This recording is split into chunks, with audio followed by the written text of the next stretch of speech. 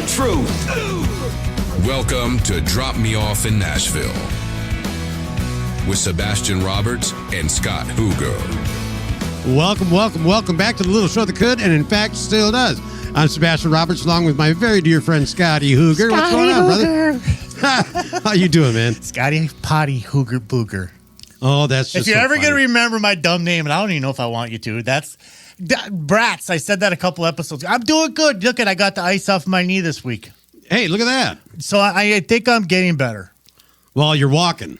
And without crutches. Without crutches? I had one crutch, I think, last week, but I didn't bring it in the studio. But I don't have a crutch this week. And I'm glad you didn't have to try and get in that little car. Yeah, you're what kind you have a... That's a little Fiat. Yeah, that thing is so cool. Well, yeah, so you got to get out of it with a broken leg. Well, yeah, there is you that. know, right? There is that. There is that. This week, Bash, we didn't talk about it as a teaser, but I know you and I talked about it over the phone, but this is going to be your arena, man. You're going to teach me a bunch of junk on this. Living the dream or just playing the part? Living the dream or playing the part. This is huge, y'all. Playing the part or living the dream. Think about what that says. It's both. It's both. It is. It's both. And I can't say this enough. When you're going to go perform, especially Nashville, Tennessee, there is a difference, a very, very big difference between command of respect and demand of respect. Now, I'm a firm believer in the command model. You don't have to tell anybody how good you are. You go out there and command it. You don't demand it. We've seen artists that go out there and they're very arrogant, and that's a big, big turnoff to me. Me too. So, when I went down there, when you brought me down the first time, I met a whole bunch of people, right? And I really didn't know them. I didn't know anything about, the business, really. I was an entertainer, yeah. But, playing the part and living the dream, I think they're almost paralleled, right? Right. I mean, I think so anyway. It's hard to know who's being real. When you meet somebody in Nashville, are they full of shit? Because most of them are, because they're just assholes. And we've said this before too, but you're gonna know who that is, because if they have to come and tell you how great they are, you might want to just red flag. Yeah, well, red flag, yep, and politely walk in the other direction. Network with a brain on your shoulders. Do what your mom and dad taught you. Right, and believe me, if you're out there performing and doing what you should be doing, then folks are going to find you. They're going to gravitate to you. You don't have to go looking for management or deals or studios people are going to approach you like flies. That's why you have to kind of be able to weed them out a little bit, right? The thing about it is there's so many people that go down there and they're excited to be in Nashville. They get drunk, right? And they sell real estate or they have a little extra money in their checking account. And the very next thing out of their mouth is, I'm going to call you tomorrow and I'm going to invest in you, and you never hear from them. Well, of course not. And that's got to be very heartbreaking for an artist, because you capture them their real self when they're drunk, because that's who they really want to be. They just can't be sober. And they think that they're this or they're that.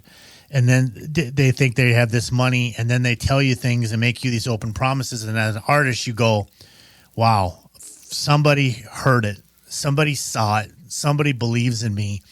And now I'm going to be able to make the record I want. And then crickets. Yeah, and that's exactly what happened. It happened to us. Yeah. Remember the website designer we had a long time ago? Jeez. With MySpace? Yeah, MySpace. And that was a train wreck. And that was $4,000. $4,000. Yeah. But you, when these people come up and make you empty promises, you guys take it as a compliment for sure. But don't count on it as it happening. And if it does happen, great. But don't be disappointed. It's normal in Nashville. This is a normal thing. People come there. They're excited. They hear you. They're like, they haven't heard anything like that because they're in Nashville, and back in Hibbing, Minnesota, the bands aren't that good. But down there in Nashville at 10 o'clock, the band is better than any band that ever played in Hibbing, and then they get excited and they have a little money in their pocket, and the next thing they're telling you they're going to give you $10,000 to make their album, and they're going to this and they're that. Just be grateful for the compliment, but don't count on it happening. And remember, if you're not feeling pressure down there, you're doing something wrong, right? Yes, because for sure. The pressure on an artist to look and live that part 24/7. It's your craft. It's your career. This is what you're doing. For sure. So it doesn't just start at 7 o'clock at night at the honky tonk. Right. I mean, I met many of the people I met at lunch or breakfast or, in passing. In passing, yes. Big time. Big time in passing, because a lot of the, main cats down there, they don't want to be out in Drunkville at night. No. So you're not going to find I don't think the right people in the middle of the night at the honky tonk. No. But you will if you get down there during the day. Right. Go to Roberts, have a hamburger. Sit down. Find out who's on that stage one time. Yeah, and then you don't know who might sit next to you, because those are typically, like any executive or anybody who's been around Nashville or live in that city, they know damn well that there's going to be a zillion tourists downtown at certain times and certain days.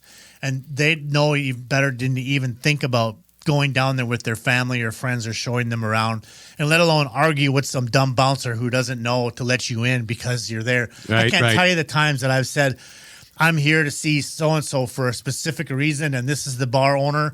I'm not waiting in this line to get in. Right. And I'll be in for 15 minutes and I'm leaving. And I know exactly what you're talking about. And that's what I would do. Yeah. But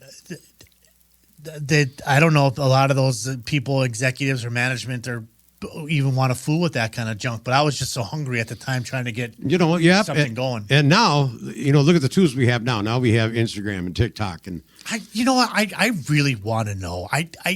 Everybody has such a strong opinion. I mean, I know numbers matter online, but if you're good enough, aren't they going to sign you? I don't know that answer anymore, but I do know that they want to see a large enough fan base to believe that you're worth an investment, right? So I know, but if you walk in with a song that like is damn good, like when Gretchen Wilson's song first came out, what was it, Redneck Woman? I remember she was telling this story, and again, don't quote me, and I'm not quoting her. I'm verbatim everything I'm telling you. She was in there, she was not rehearsing, but pitching this song, and she looked across at the executive, and he was writing N-O on the page, and she didn't see the W that said now. And right. She thought it was no. Oh. And she didn't see the W when that executive was writing now. This happens now. That's how good Redneck Woman was. And Holy smokes. You'd have to look up the history on it, but I think it's something like that, how it goes. So is the song good enough? And then you sign them? Or, oh, wait a minute, your TikTok doesn't have 100,000 followers, so we can't sign you. I mean, is it that dumb? Has it become that stupid? I'm not really sure, but I know it has some kind of gravity to it. But I hate to think that, because you can get computer-generated hits all you want. You can go pay for that and have 100,000 people on your site that never heard your music one day. Right. So I can't believe that any record executive is really going to go by a number that could be falsified. Right. Right. They're going to come and watch you play. You're going to do a showcase if you're lucky. Yeah. Becky Judd. It's all about the music, not about the package. It's 24 hours a day. So when you're up in the morning, hit your social media, interact with fans. Fans love that stuff. Right. So spend the time in the morning doing that, and then go back to your craft. Get back out there, meet people, and then, Remember that app that you and I were designing, the music app, when COVID came, and I said, John, if any of these artists had their own app, like we're just going to use Sebastian as an example. Sebastian Roberts, it's COVID. You can't go play. You can't meet fans. You can't do nothing. But your app, it says Sebastian Roberts music app, and you download that, and Sebastian's live on there with his audience 5 days a week, 2 days a week, and he has an open session, but it's just a subscription-based thing where they have to pay to get on there, and then you give your fans almost like a Pokemon adventure at different cities that you're in, and you could hide tickets in the city, and your fans can go out and try to find the tickets, and you'd have front row seats, or it's exclusive for just, and then you could do a concert in your living room. And then, but all the lawyers they want to get involved and say, you can't play this song here, and if you go sing here, you have to pay. It's just all become just stupid. And a lot of people wanted to do that when COVID was here. But think about what would make sense. I mean, you could sell your merchandise directly, your music directly. You could have interaction with your fans. You could giveaways. You could do everything with the people who actually do love you, and they're going to pay for a subscription to have their own app. Right. I never understood why the power wasn't given to the art. That always drove me nuts. And I always thought Garth was so smart at it because he would not let his music go on Spotify or iTunes, but he struck a deal with Amazon. And that's where he allowed his music to go because he wanted to make sure the songwriters are paid. Right. Not how this horse shit is now, how these songwriters are brilliant. And most of them are the reason why you get to hear the songs that you get to hear. Like you speak of Jeffrey Steele and Tommy Barnes and these magnificent writers and human beings. They're really the artists in my mind. They are. They're the artist, and then you copy what they write or have created. And I think that it just surprises me that isn't allowed in today's technology world. That each artist has their own app. It's only made for them. It's fan driven. Instead of having a fan page or like. You remember when you'd sign up for the fan club and you'd get instead of the fan club, it's an app. Yep. And this app is specifically just that artist. And that's where the QR codes came out. It just seems like it would be so smart. So remember when we got into that and we're trying to design all that? I kind of wish that we would have stayed on it because I think we probably would have had something because we started long enough ago now that... Yeah. And now I just said it. Now probably some asshole's going to do it. Yeah, of course they are. I'm going to go jump off the Golden Gate Bridge. Yeah, no, we're right. We're right at home, right where we need to be. I'll tell you what, man. Somebody, you got a heck of a point with that Instagram and all that stuff because it is how you get out there, without getting in a bus and traveling for 8 months at a time out of the year. And wasn't that kind of cool meeting them people? Oh yeah. What did Garth teach you about $1 million? Oh, Garth, my God! You want to sell 1 million records? You meet 1 million people, and he's right. I mean. Makes sense. He's not wrong.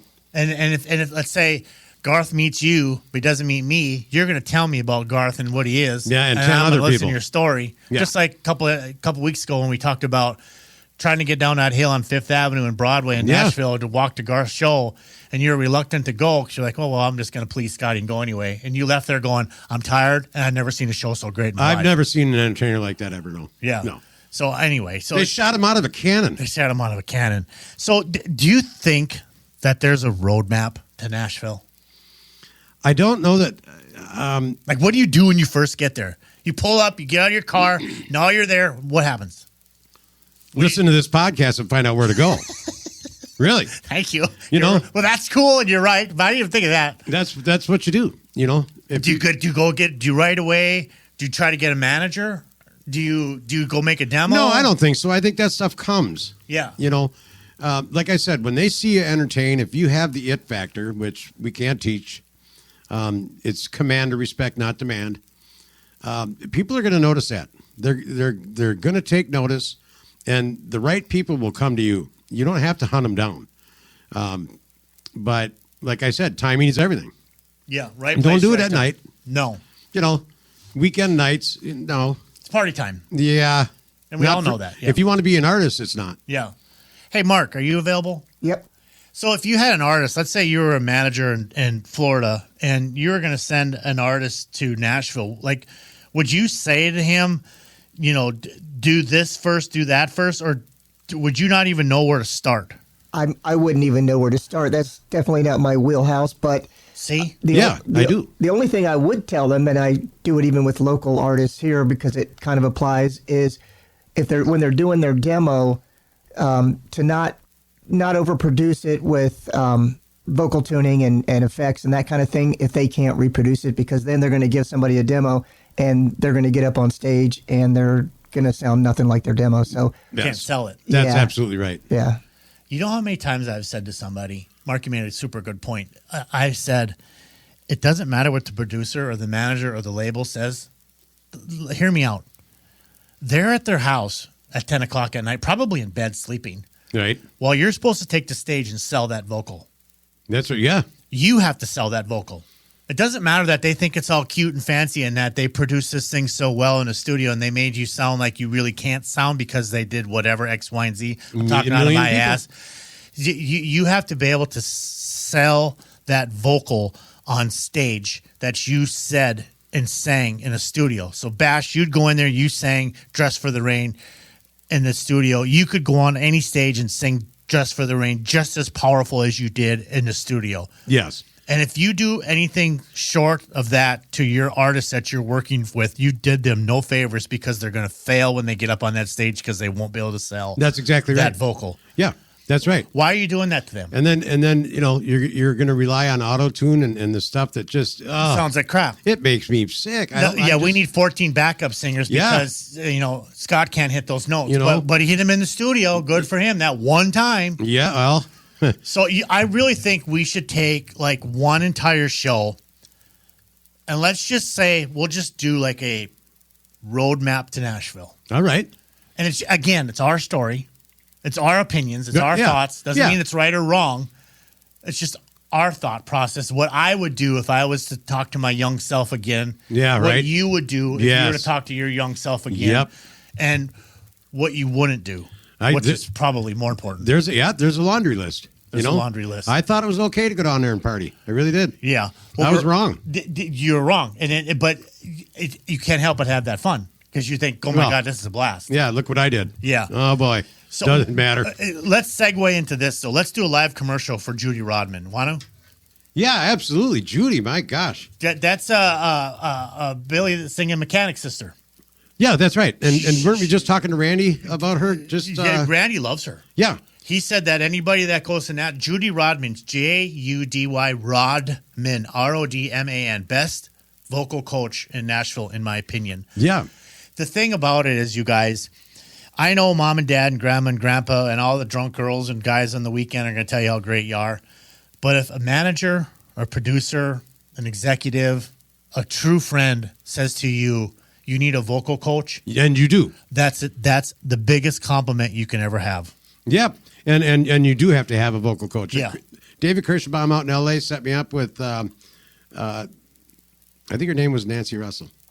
I don't remember. But I was with her immediately, even before the L.A. Music Awards. What a compliment. Oh, yeah. Because you send people to voice coaches who can sing, not who can't. You need them. Every major artist travels mostly with a vocal coach. You have to learn how to protect your instrument. You guys, you have to understand, hear what I'm saying. Yep. I've said it to multiple people, and every time they're insulted or they won't go because they think I'm saying something like they can't sing. I'm sending them to Judy or any vocal coach because they can sing, not because they can't. And secondly, I would never send somebody to Judy who can't sing because Judy won't take my call anymore. That's exactly right. I'm not doing that. But artists have to if you don't have a vocal coach, you're not doing much. You blow your vocal or you have a something in your throat. I don't know if they're called annoyed or whatever they're called. Adenoids, yeah. Whatever, the assist, whatever it is on your vocal coach at 22, 23 years old. You might as well go back to Minnesota. Yeah, that's right. Get yourself a painting job or work at a restaurant or whatever you're going to do. You have to have one, or you're screwed. going to blow your vocals out by singing live because the crowds are screaming and you got it. You got it. Now you're yelling over a crowd. So you have to have a vocal coach. So if you're and secondly, Judy Rodman is a number one songwriter for LeAnn Rimes. I believe it was number one, and I don't remember the song, but it was a huge ass song. Please Google her anyway, because when you Google her, she'll say more about herself than I can ever, because she's just that sweet and that great. Yes. She's been from Grammy wins to stadiums to national stages. She's one of the best coaches. Yeah, she is. Yeah. And we know her brother, Billy. It's super really well. Shout out to Billy. We miss you, brother. Hope you're doing well. And Judy Rodman, check her out, you guys. Yeah, for sure. Now, what do you think of they used to call it, the 10-year plan? I agree to it. You think that's... You want to know why? Because I don't think that 1% and 1% make it. You taught me that. That's right? true. 1% and 1%. That's right. So Vince Gill has a daughter named is Jenny. She's trying to make it. We're talking about Vince Gill. Garth Brooks has a daughter, Allie Clean. She's trying to make it. Georgette Jones, George Jones and Tammy Wynette's daughter, trying to make it. Nobody's guaranteed a record deal. No. It doesn't matter what your name is. Nope, that's right. And these people I just spoke of are all extremely talented, but it's not their name that matters. It's the product. And they're all working on their craft to get that to the place where they know they need to be. Just because your dad is so-and-so or your mom is so-and-so. That's not it. It doesn't matter. No. It doesn't matter. No. And you would think it would be the opposite because of the pull or the connections or whatever. You probably do have a leg up. You probably are going to get a meeting with somebody else who can't. But that's okay. There's nothing wrong with that. But that doesn't make you an entertainer. That doesn't make you what they're looking for at that particular time. No. So, yeah, I think I know so many people that go to Nashville and they want to be an artist, but the next thing you know, they're owning a bar, they're running a bus company, That's right. They're a tour manager, they're a manager. Right. There's something in the music industry, but they may not be an artist. Right. They may be a backup vocalist, Yeah. guitar player. This isn't for everybody. But that might be okay. There's nothing wrong with that. Right. But I think you have 10 years for sure. So, if you're wanting to be the next, hit and you're 40, you're going to be 50 before that happens. Right.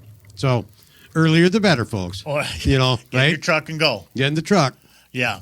You got to get in the truck and go. Go to Nashville. Because they're not coming to you. No, they'll never come to you. No. Yeah, so, I don't know. You living the dream or just playing the part. You could either go down there and fake it till you make it, or you can go down there and get yourself a good job on Broadway or out in Music Valley, sing every night, make 6 figures, go back to your family, and have a very nice life for the next 20, 30 years. Absolutely. Or you'll fall into some other avenue in Nashville and you'll do something else and become very successful. And in 10 years, it's a small community. Everybody will know who you are, and they'll support you on top of that as well. They're going to know very quickly. There's no real failure in Nashville, I don't think. I don't think so either, really. You should never look at it as a failure. No, I don't think so. No, because number one, you lived your dream or you're going to learn something. And you're going to learn something, and you don't know where you're going to end up. Right. But if you don't try, that's where that's on you then. I would have done anything in my power to go to Nashville at 18 years old. Yeah, see? Now, in hindsight, 2020, right? Anything in my power. I would have done the same thing. I would have moved down there, and I would have soaked up like a sponge. Yep. I would have left the military when I left and moved right there. Because it's just I don't know. There's something about the city that you're going to find a home somewhere in your career. If it's not in the music business, you'll be doing something that you've really found out that you really do love. Right. But tell me about the burnout. Well, I think a lot of people have it, John. The culture. Yeah, it's a lot. Think about every night, or let's just say you're playing 4 nights a week, and you're 4 hours. And in Nashville, it means 4 hours means 4 hours. Yes. It doesn't mean an hour, then take a break. And Scotty was doing that when he told you his brain was so full he had to empty it because I have so many cover songs in my head. Collier told me, he goes, I couldn't fit another one in there. Yeah. If you think about that, he's right. Yeah. He's a human jukebox. Yeah, 4 hours, every night. And you think about it, somebody walks up to you and says, "Hey, will you play X song? Here's $20, and that's how you're going to pay your rent." Yep. Or that's how you're going to make your truck payment. That's right. You're going to play it. Yeah. You're going to figure out how to play it. You're going to learn it. And that's a muscle in your brain that you have to work. I think a lot of people burn out very quickly in Nashville because it's a big beast. And then they realize, okay, well, I got to go back down to this stage again and play 4 more hours for a bunch of drunks. And I just got in a fight with my girlfriend or my boyfriend. And boy. And it's too much. Yeah. But the pride in you won't let you pack up your stuff and go back to where you came from because you feel like the people who told you not to go there in the first place are the people who are going to goof on you. Yeah, that's right. Yeah. Yeah. Everybody goofed on me, Bash. Oh, me too. All my friends, my family goofed on me. And then they thought I was conceited and stuck up when I got back to East Bethel up there. Of course. He thinks he's... No, I don't. No, I don't. I haven't changed at all. No, you have. Yeah, You're just did. jealous because you did your path. You're just sitting in the same bar stool you were 5 years ago. Why are you making fun of me? Yeah. I went and tried something. Yeah. You should be proud of me. Even if I did fail, you should be going, good job, you tried, man. Yeah, I had 2 of my closest friends 10 years later after I left both apologized to me, which mean a lot to me. Yeah. Because it hurt my feelings that I found out that they were goofing on me. oh, you're going to go to Nashville, you're going to this, you're into that. No, I just want to be around the music. I don't know what's going to happen. I there. was one of those people, Scotty. I said, Scott, please don't go down there. Yeah. They're going to spit you out, But you were right in a sense, but in a sense, you weren't. No, I wasn't right. Well, kind of. They did that to me. I mean, I did a lot of mistakes. I made a lot of bad decisions. Well, it wasn't very long before I was with Two Tone down there with you. Writing a record for Omni, Cool. Yeah, so you didn't get spit out, But I was one of them like that. I just didn't. I wanted to protect you. Yeah, that's what a good friend does. Yeah, I didn't want to see anybody, rob you and right. Next thing you know, I'm back home embarrassed. You know, when I had a good job running a bar. But you didn't. Yeah. Maybe my pride or my ego, if I have one, wouldn't let me because it wasn't I long didn't before you fail. were running a company down there. You're just being sweet. I did right place at the right time for sure, but you got to go and you got to because you're living the dream That's or right. you're playing the part. And it is a dream. It is a dream. This is like we said, 1% of 1%, man. Think about it. Is it enough to make six figures working on Broadway 4 nights a week? Is that enough for you? No, Maybe. not Some for me. people, maybe not all. I just couldn't play bars like that. No. For me, no. No, but some people, maybe. Yeah, I mean, a lot of people are doing it. sure. Is it enough that now you're the studio musician at the Grand Ole Opry? They hire you, or you're the backup vocalist for all the singers? Yeah, look at whoever Tom. comes through there. Tom Floral. Yeah.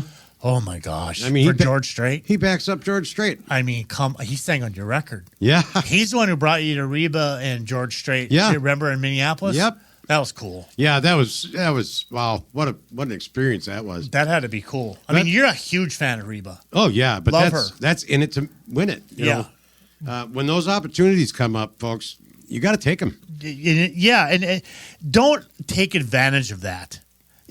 Somebody said one time, you would rather be out in the audience than backstage trying to listen to a concert because backstage you don't hear shit.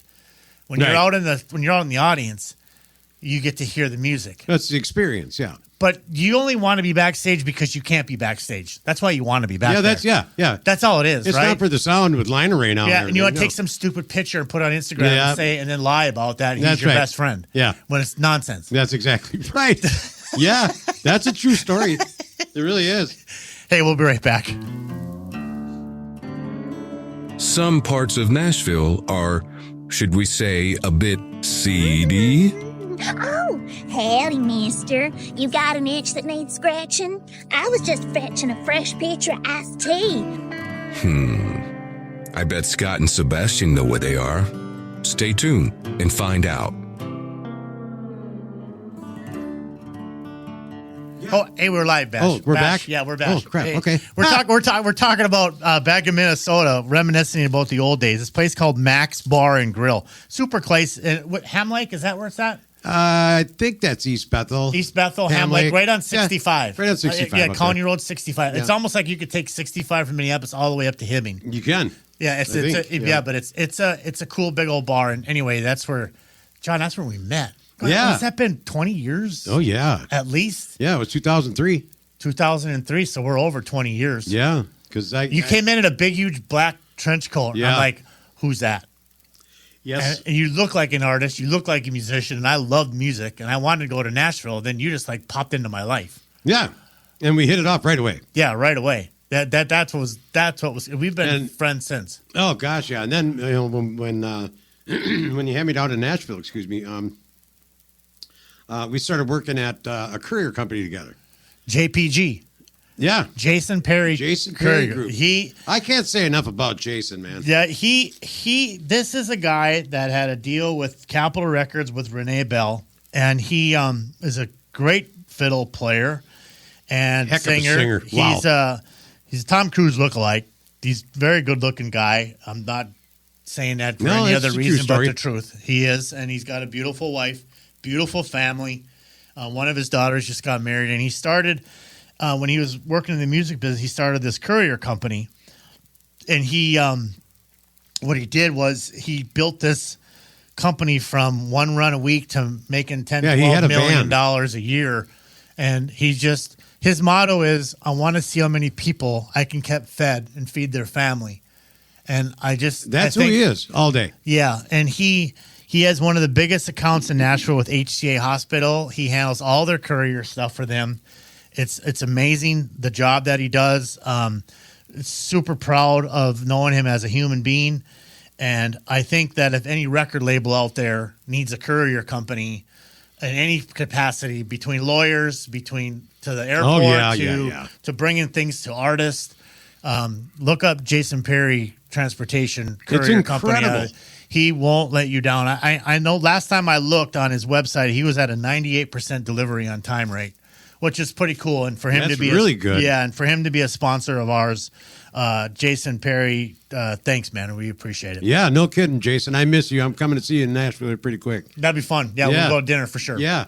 Hey, what else? What else you got, John? What's going on this week? You got anything going on? Well, I'm not sure. We're going to get together and come up with what's next, right? Yeah, I didn't do any titles yet for next month because I know that we have a special guest. Mark, who are you considering bringing in that we should interview?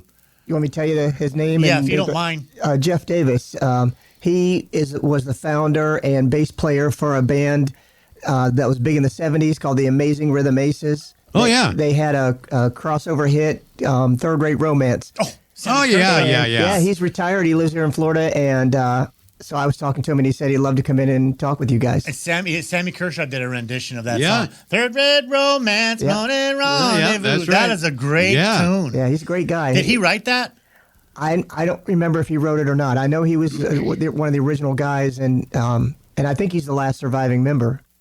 That would be that'd be really cool. We have to do our due diligence on him because if he's going to take time out of his busy day to come sit with us, that's pretty awesome. Yes.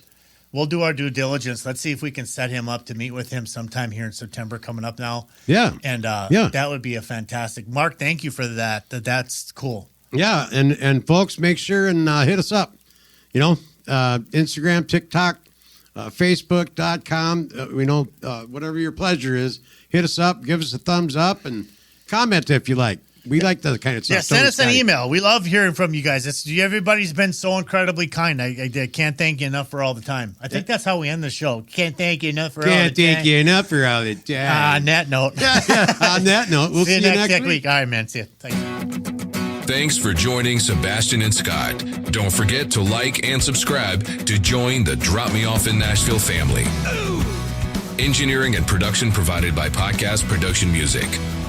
Well, Nashville, can't thank you enough for all the time. Y'all come back now. Here?